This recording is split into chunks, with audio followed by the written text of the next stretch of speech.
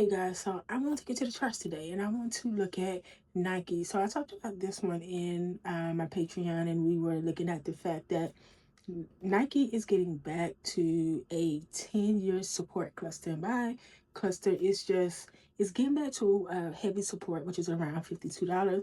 But there's also a point where if it breaks below 52, it's a bit of an area. So sometimes support can be a specific number, specific level, or sometimes it could be a area or a zone that you want to pay attention to for buyers to step in and to drive the price back up. So let's come over here to the charts and let's look at it really quickly. Okay, so the first thing that I wanted to kind of look at is the fact that we were here back in April of 2025. Okay, the last time they were down there, let's look at the size of the move that was made from this point here and to that highest peak, which was right up in here, where you guys can also see we had projection in that same area where the price came back down. That was approximately a 52% move. They made a $27 upside move the last time they were down here in this little area here. Okay, and that is around 52.29.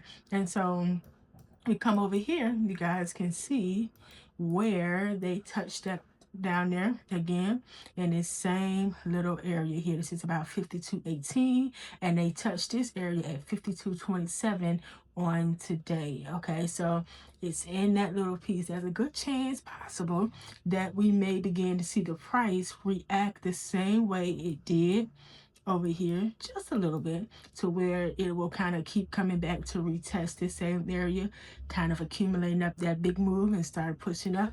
That's what we may be looking at right now. Okay, so coming over here, let's go up to the weekly time frame. Let's take this thing back some to what I mean by a 10 years. So you can see in the same area up in here where it was playing along that same little area at that 52. Okay, up in here it was acting as resistance for a while before it broke out. It came back down this little area here where you can see where they kept touching at this point here was about 53.64. We played along these same areas over and over and over again. This, first of all, dates back to 2015, back in April. This little piece here touching around that area was in 2016. This same little setup right here is back in 2016 as well.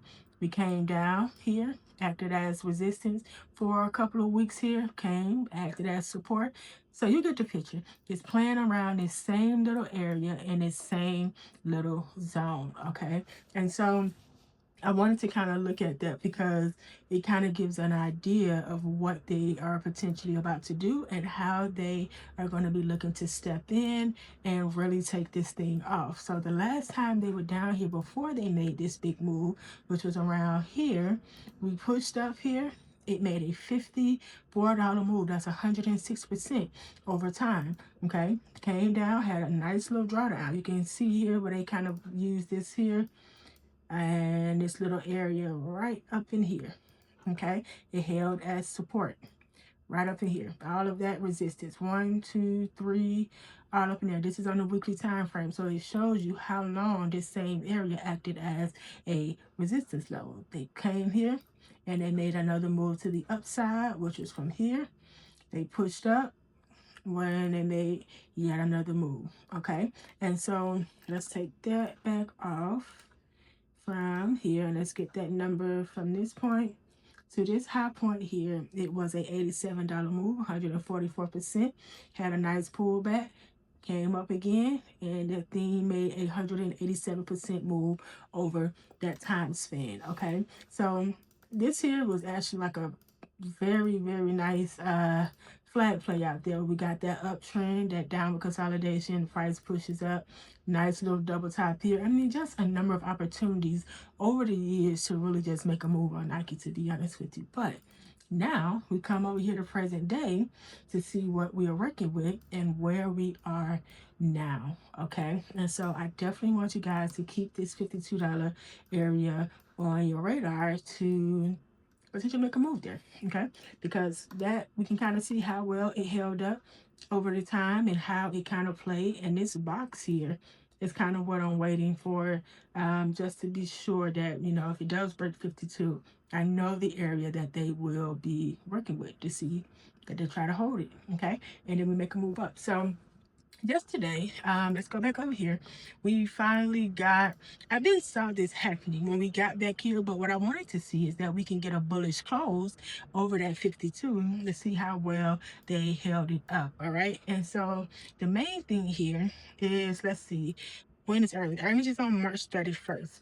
And so I'm curious to see if they're going to push this thing up or if earnings is going to bring it down inside of that cluster. If it does, that will probably be where I would be looking to make a move there.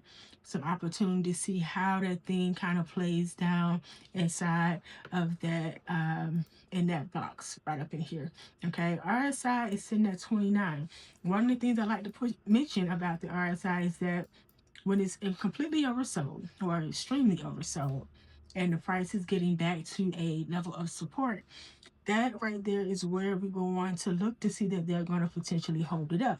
There's just some added confirmation when that support is being hit and the RSI is sitting very low, and I'm on the daily time frame. I'm primarily a swing trader, so a lot of what I'm looking for is on the higher time frame. Okay, so as you guys can see, we are sitting down here. It's extremely low at 29. We're at this very, very nice area on Nike right now. And so this thing getting back above that 53.66, kind of around this area where you can see where we had some support here.